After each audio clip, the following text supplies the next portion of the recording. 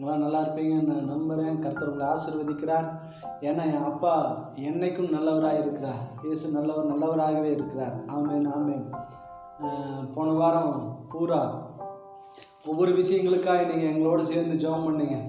திருநங்கைகளுக்காக, மனநலம் பாதிக்கப்பட்ட சின்ன குழந்தைகளுக்கு வேண்டி ஒவ்வொரு விஷயமாய் நீங்கள் எங்களோடு இணைஞ்சு ஜெபம் பண்ணிக்கிறீங்க. ரொம்ப நன்றி. உங்களுடைய சப்போர்ட்டுக்கு ரொம்ப நன்றி. கூட இருந்து எனக்காக ஜெபம் பண்ணுறீங்கன்னு நான் விசுவசிக்கிறேன். நான் உங்களுக்காக ரெகுலராக ஜெபம் பண்ணுறோம்.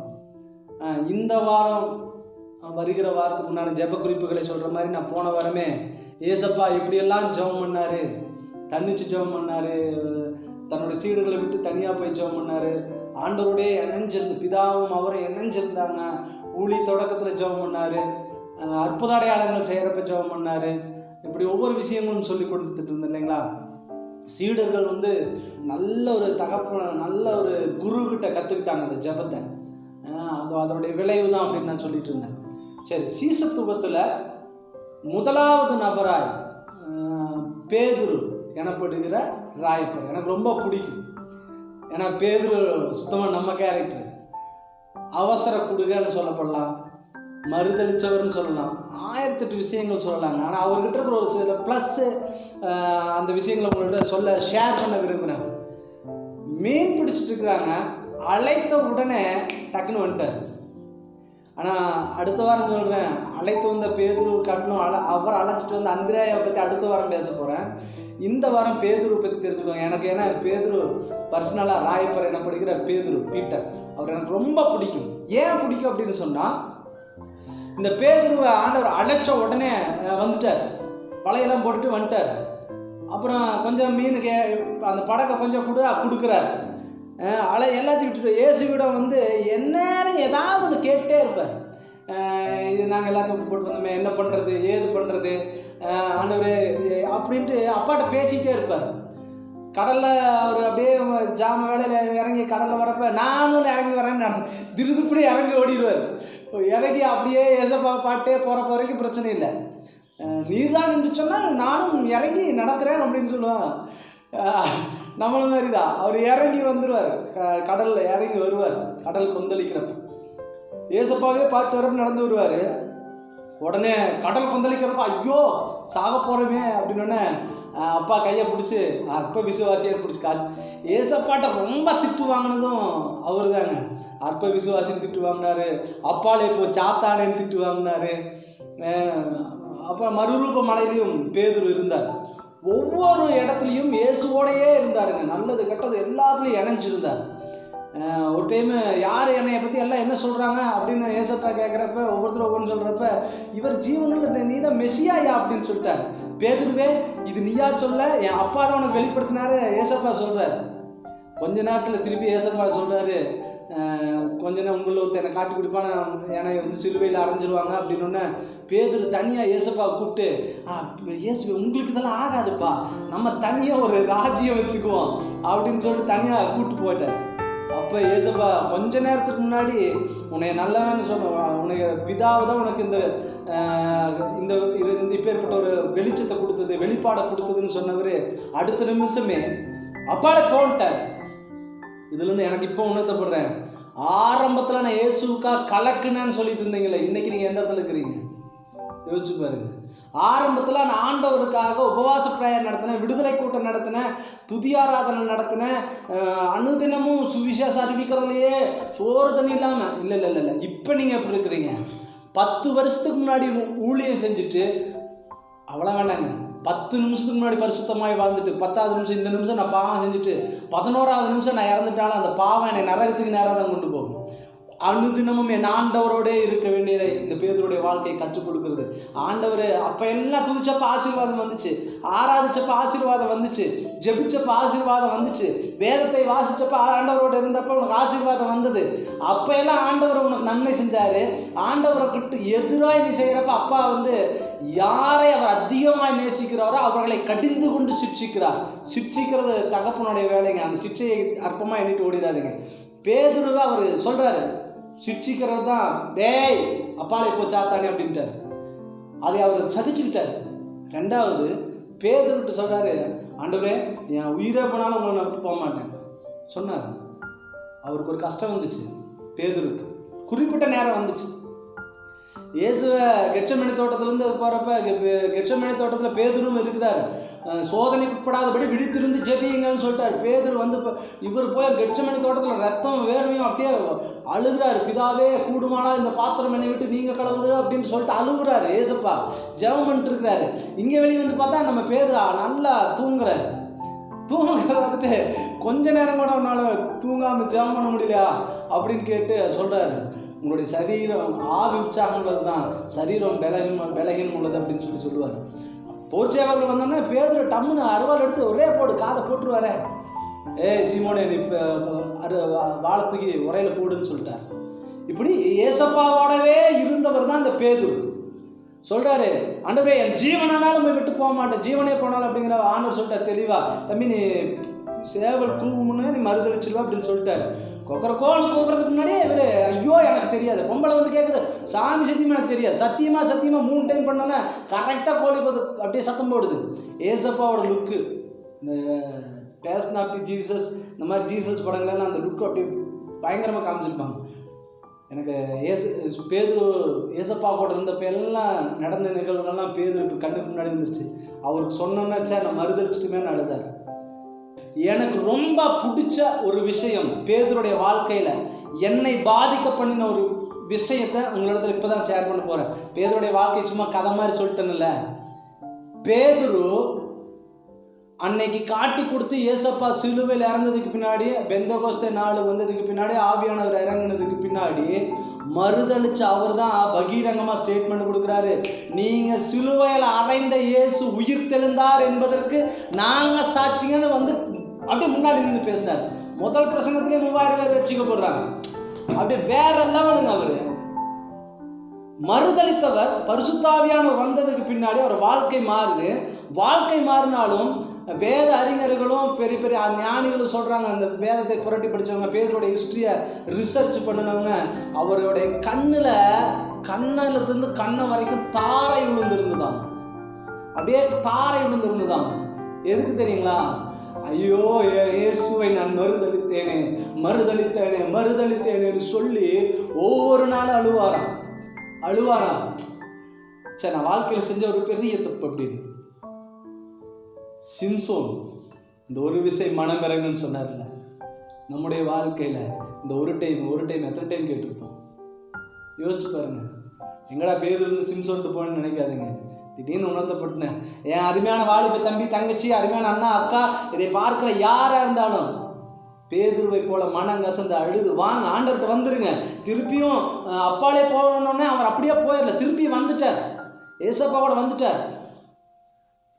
அப்போ ஆவியானவரை பெற்றுக்கொண்டது பின்னாடி வேற லெவல் அவர் இறங்கி மினிஸ்ட்ரி செய்கிறாரு. திருப்பி அவருடைய இறுதி காலம் மரணம் நெருங்குறப்ப, அவர் அடிச்சு கொள்றதுக்கு வரப்ப அவர் ஒரு ஸ்டேட்மெண்ட், இயேசுவை போல இவனையும் சிலுவையில் அறைங்கிறப்ப பேதுரு ராயப்பர் சீமோன் பேதுரு என்ன தெரியுங்களா சொன்னாரு? ஏன் ஆண்டவர் மாதிரி என்னை சிலுவையில் அறையறதுக்கு எனக்கு தகுதி இல்லையா, தலைகீழ அரைஞ்சிரு நான். வேற லெவலுங்க. ஆண்டவருக்கா உயிரையும் கொடுக்கறதுக்கு ஒரு பேதுரு.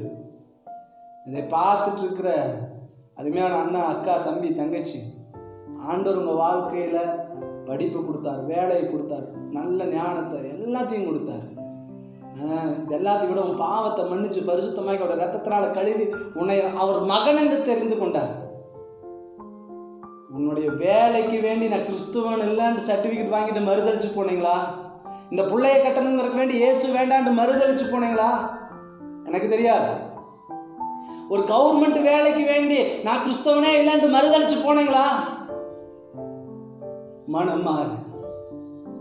அற்ப காசுக்கு வேண்டி, அற்ப பெண்ணுக்கு வேண்டி, ஒரு கல்யாணத்துக்கு வேண்டி, கல்லறைக்கு வேண்டி இயேசுவை மறுதளிச்சுட்டு போயிடாதீங்க. தன் ஆத்துமாவை இழப்பானேன் அவனுக்கு ஒரு நன்மையும் கிடையாது. கரங்களை கூப்பி கேட்கிறேன், வாழ்ந்தாலும் இயேசுக்காக, மரித்தாலும் இயேசுக்காக, என் ஜீவனானாலும் சாவானாலும் கடைசி வரைக்கும் அவரை பின் செல்லுவேன். இதுதான் கிறிஸ்துவனுடைய வாழ்க்கை. பேதுருடைய வாழ்க்கையில், ராயப்பருடைய வாழ்க்கையில் நம்ம கற்றுக்க வேண்டிய பாடம். மறுதளிச்சாரு, ஆனால் மறுதளிச்சது அப்படியே நிற்கல, வந்துட்டார்ல. ஆண்டவர் அவரை தேற்றினார். இதுக்கு முன்னாடி யோவான் அதிகாரம் 20வது அதிகாரத்தில் நினைக்கிறாங்க சொல்லப்படுது, திருப்பி மீன் பிடிக்கிற போயிட்டார். மீன் பிடிக்கிற போயிட்டார். ஆண்டவர் அவர் கூப்பிட்டு இருந்தார்.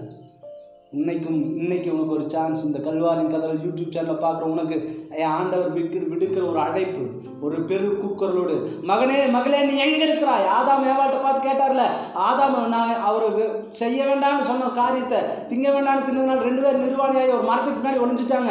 அப்போ வந்து ஆண்டவர் அங்கலாய்ப்போட பரிதவிப்போட, ஐயோ என் மகனேங்கிற மாதிரி, ஆதாமே நீ எங்கே இருக்கிறடா, உன்னை என்னால் பார்க்காம இருக்க முடியலன்னு அங்கலாய்ப்போடு கேட்டார்ல, அதே சத்தம் இதை பார்த்துட்டு இருக்கிற உனக்கு கேட்குதா? மகனே மகளே நீ எங்க இருக்கிற? தம்பி நீ ஆரம்பத்தில் செஞ்ச ஊழியம் கரெக்டு, இன்னைக்கு நீ எங்க இருக்கிற? அருமையான தங்கச்சி, ஆரம்பத்தில் ஆண்டவருக்காக பாடுன ஓடுன எல்லாம் பண்ணின, இப்ப நீ எங்க இருக்கிற?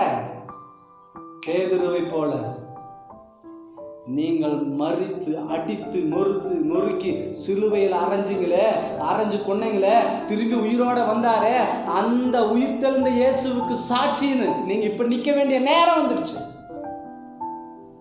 என் படிப்புக்கு இயேசு காரணம், என் அழகுக்கு இயேசு காரணம், என் அறிவுக்கு இயேசு காரணம், என் திறமைக்கு இயேசு காரணம், எல்லாத்துக்கும் விட நான் நிற்பதும் நிர்மூலமாகாமல் இருக்கிறதுக்கும் அவர் மட்டும்தான் காரணங்கிறத தயவு செய்து புரிஞ்சுக்கோ. அவரை மட்டும்தான். உன் படிப்பில் நீ நிற்கிறேன்னு நினைக்கிறியா? உன் அழகுல நிற்கிறேன்னு நினைக்கிறியா? உன் அறிவில் நிற்கிறேன்னு நினைக்கிறியா? உன் திறமையில் நிற்கிற நிச்சயமே கிடையாது. என் ஆண்டவருடைய பரிபூரண சுத்த கிருபை. புரிஞ்சுக்கோங்க. வேலை கிடைச்சோன்னு மறந்துட்டீங்களா? அடி மட்டத்தில் இருக்கிறப்ப சோத்துக்கு இல்லாதப்ப அவர்கிட்ட வந்தோம்ல, ஏன்னா இந்த ஒரு வேளை சோத்துக்கு இல்லாமல் இருந்தவங்கண்ணா, ரேஷன் அரிசி சோறும் புளி ரசத்தையும் சாப்பிட்டவங்க நாங்கள். ஒரு 10க்கு 10 ரூமில் படுக்கிறதுக்கு இடம் கிடையாது, மூட்டை பூச்சி கடிக்கும். ஒரே வீட்டில் எங்கள் அம்மா, எங்கள் அக்கா, என் தங்கச்சி, என் பாட்டி, 10க்கு 10 ரூமில். அதுதான் கிச்சன், அதுதான் பெட்ரூமு, அதுதான் எங்களுக்கு ஹாலு. அந்த நாளில் இயேசுவை தெரிந்து கொண்டேன். நான் தெரியல, அவர் என்ன தெரிந்தெடுத்துட்டார். அவர் என் மேலே வச்ச அன்பு மாறலைங்க. ஏன்னா என் வாழ்க்கையில் அப் அண்ட் டவுன் வந்துச்சு, மாறிச்சு, இறங்குச்சு, அந்த கிராப் மாறிச்சு.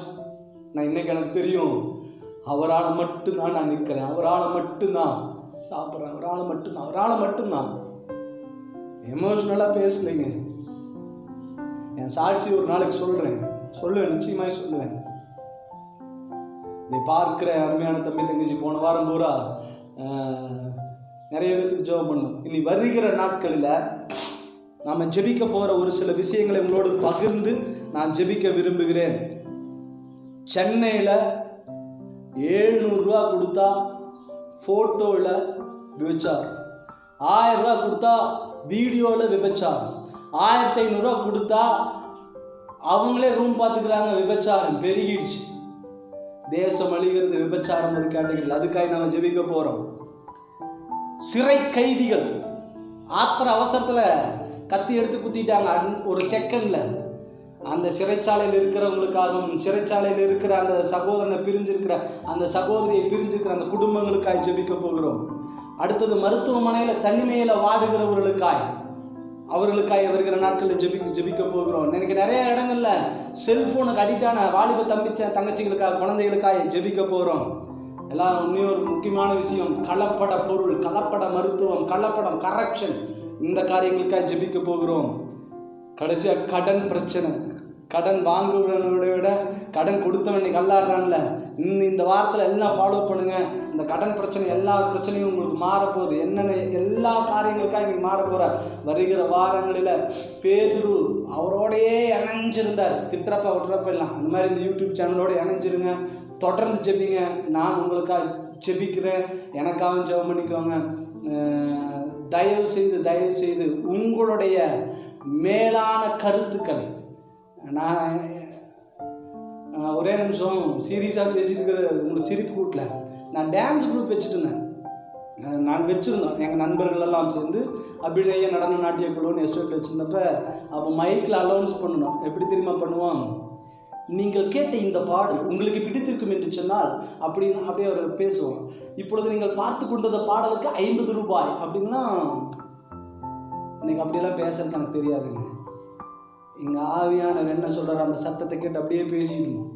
எழுதி வச்சுட்டு பேசக்கூடாது. ஆண்டவர் பேசுறது அப்படியே பேசணும். ஆம் என்றும் ஆமேன் என்றும் மட்டும்தான் இருக்குது. உள்ளதை உள்ளதென்றும் இல்லதென்றும் சொல்லுங்க. அதுக்கு மீறினது எதுவும் கிடையாது. அதனால் பேதுருவோடைய வாழ்க்கை இன்னைக்கு நீங்கள் தெரிஞ்சிருப்பீங்கன்னு ஒரு அளவுக்கு தான் சொல்கிறேன். ஏன்னா இதெல்லாம் பேதுரு பற்றி நான் படம் எடுக்கணும், அந்த மாதிரி எனக்கு ஆசை. 2 மணி நேரம் 3 மணி நேரம் பேசுறது 10 நிமிஷத்துல எல்லாம் பேச முடியாது. பேதுரு ஒரு நல்ல தலைவர், ஜெப தலைவர், நேரம் ஜெபிக்கிற ஒரு மனுஷன். அவருடைய கண்களில் தாரை விழுந்துருந்துச்சு. சாகிறப்ப தலையில ஏசப்ப, என் தலைவர் இயேசு மாதிரி நேராக கொண்டாதீங்கடா, தலையில அடிச்சு கொள்ளுங்கடான்னு தைரியமா நின்ன மனுஷன். என் இயேசுக்காக நீ நான் என்ன செய்ய போகிறோம்? இனி வருகிற நாட்களில் இந்த காரியங்களுக்காக ஜெபிக்க போகிறோம். நிச்சயமாய் தேவன் உங்களை ஆசீர்வதிப்பார். இப்பொழுது நான் உங்களுக்காக ஜெபிக்க விரும்புகிறேன். ஒரு நிமிடம் அப்படியே கண்களை மூடி ஜெபிப்போம். ஸ்தோத்திராண்டவரே. எல்லாரும் கண்ணை மூடுங்க பார்க்கலாம். ஒரு நிமிஷம் கண்ணை மூடுங்க, ஒரு நிமிஷம் கண்ணை மூடுங்க.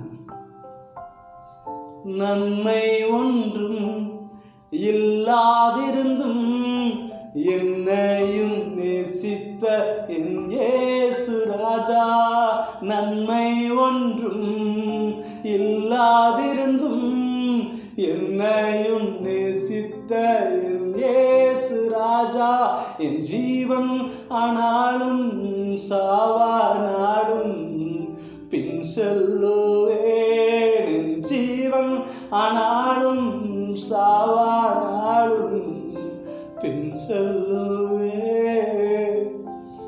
சீமோனின் மகனான பேதுருவே, என்னை நேசிக்கிறாயா? பேதுருவே, என்னை நேசிக்கிறாயா? பேதுருவே, என்னை நேசிக்கிறாயா? 3 டைம் கேட்டுச்சு. பேதுரு சொல்ற, ஆமாண்டவரே உம்மை நேசிக்கிறேன்னு நமக்கு தெரியுமே. ஆமாண்டவரே நீர் அறிவீரே. கடைசியா ஆண்டவர் நமக்கு எல்லாம் தெரியுமே. பேதுரு ஒப்பு கொடுத்தாருல, அத மாதிரி அருமையான வாலிப தம்பி, தங்கச்சி, அப்பா, அம்மா, என் இயேசு பேதுரு விடுத்த ஸ்டேட்மெண்ட் எனக்கு எல்லாம் உமக்கு எல்லாம் தெரியும். உங்கள் வாழ்க்கை இன்னைக்கு இருக்கிற நிலைமை அவருக்கு நல்லா தெரியும். இன்னைக்கு வந்துரு, திருப்பி வந்துரு, ஏசப்பாட்ட வந்துரு, நிற்காத. நீ ஒரு ஜெபிக்கிற வீராங்கனை, ஜெபம் உன் மேலே ஏதோ ஒரு திட்டம் இருக்குதுன்னு அடிக்கடிக்கு சொல்கிறாருல்ல, உணர்த்தப்படுற இல்லை, வா வந்துரு வந்துரு, இனிமேலும் நிற்காத. என் தேவாதி தேவன் உன்னை குறித்து வைத்திருக்கிற திட்டங்கள் பெரியதையா, நீ அதுக்காக வந்துரு. காலம் கடத்துறதுக்கு இந்த நேரம் இல்லைங்க. ஆண்டவரே, இதை பார்க்கிற ஒவ்வொரு சகோதரனையும் சகோதரியும் நம்முடைய வாழ்க்கையில எழும்பி பிரகாசிங்கிற அந்த வார்த்தையை சொல்லி ஜெபிக்கிறேன். ஆண்டவரே, இன்னையும் பொருளாதார நிலைமையில, இன்னையும் கடன்ல, இன்னையும் ஃபைனான்ஸில், இன்னையும் கந்துல, இன்னையும் வியாதியில, வேதனையில சிக்கி சின்னாபமா இருக்கிற என்னுடைய இந்த சேனலை பார்க்கிற என் தேசத்தில் இருக்கிற ஒவ்வொருவரையும் சந்திப்பீராக. வாலிப தம்பி தங்கச்சிகளை தொடுவீராக. குடும்பங்களில சமாதானத்தை கட்டவிழ்ப்பீராக. அப்பா, பரிபூர்ண ஆசீர்வாதத்தை சுதந்திரத்துக் கொள்ளும் என்னமா இந்த பிள்ளைகள் ஒவ்வொருவருக்காகவும் நான் கண்ணீர் சிந்துகிறேன். நான் ஜெபிக்கிறேன் ஆண்டவரே, இவங்க பார்க்கறது என்னை அல்ல ஆண்டவரே, என் மூலியமா என் தேவன் கிரியை செய்றீங்கப்பா. ஆண்டவரே, எல்லா அற்புதங்களுக்கும் காரணம் நீர், அடையாளங்களுக்கு காரணம் நீர். சார்லஸ் ஒன்றும் இல்லை, ஆனால் இந்த சார்லஸோட ஊழியம் நினச்சிட்டு இவங்க வந்து நிற்கிறாங்க. என் பிள்ளைகளை நீங்கள் பாருங்க ஆண்டவரே, என்னால் முடியாது, நீ இன்னைக்கு ஒரு அற்புதத்தை செய்வீராக, இந்த பிள்ளைகளுக்கு ஒரு அற்புதத்தை செய்வீராக. அப்படியே நீ செய்கிறதுக்காக நன்றி. இந்த பிள்ளைகளை நான் மனதார ஆசீர்வதிக்கிறேன். இவருடைய எல்லா குறைவுகளும் நிறைவேறுவதாக இயேசு கிறிஸ்துவின் நாமத்தினால இவர்களை மனதார ஆசீர்வதிக்கிறேன். பிதா, குமாரன், பரிசுத்தாவினால இவர்கள் குடும்பங்கள் வாழ்ந்த சுகமா இருக்கட்டும் சொல்லி ஜெபிக்கிறேன். இவர்கள் எண்ணங்கள் ஏக்கங்கள் எல்லாம் நிறைவேறட்டும். இயேசு கிறிஸ்துவின் நாமத்தினால் ஜெபிக்கிறோம் ஜீவனும் நல்ல பிதாவே. ஆமேன், ஆமேன். God bless you. கர்த்தர் உங்களை ஆசீர்வதிப்பாராக. வருகிற வாரங்களில் தொடர்ந்து ஜெபம் பண்ணிக்கோங்க. வருகிற வாரம் முக்கியமான வாரம். அப்புறம் உங்களிடத்துல சொல்ல விரும்புகிறேன், 100லேருந்து 200க்குள்ள வருகிற ஒரு நாட்களில் ஒரு நன்றி ஆராதனை நடத்தணுன்ட்டு ஆசைப்பட்டுட்டு இருக்கிறேன். அதுக்காக பேசிகிட்டு இருக்கிறேன். ஜெபம் பண்ணிக்கோங்க. திடீர்னு ஒரு நாள் சர்ப்ரைஸாக ஒரு 20 நிமிஷம் ஆராதனை இந்த சேனலில் வரும். தயவு செய்து உங்களுடைய விமர்சனங்களை இதில் எனக்கு சொல்லுங்கள். ஆனால் இதுக்காக ஜெபம் பண்ணுங்கள், இதுக்காக ஜெபம் பண்ணுங்கள், இந்த ஜெப குறிப்பு எனக்கு பிரயோஜனமாக இருந்தது, எதுவாக இருந்தாலும் எனக்கு தெரியப்படுத்துங்க.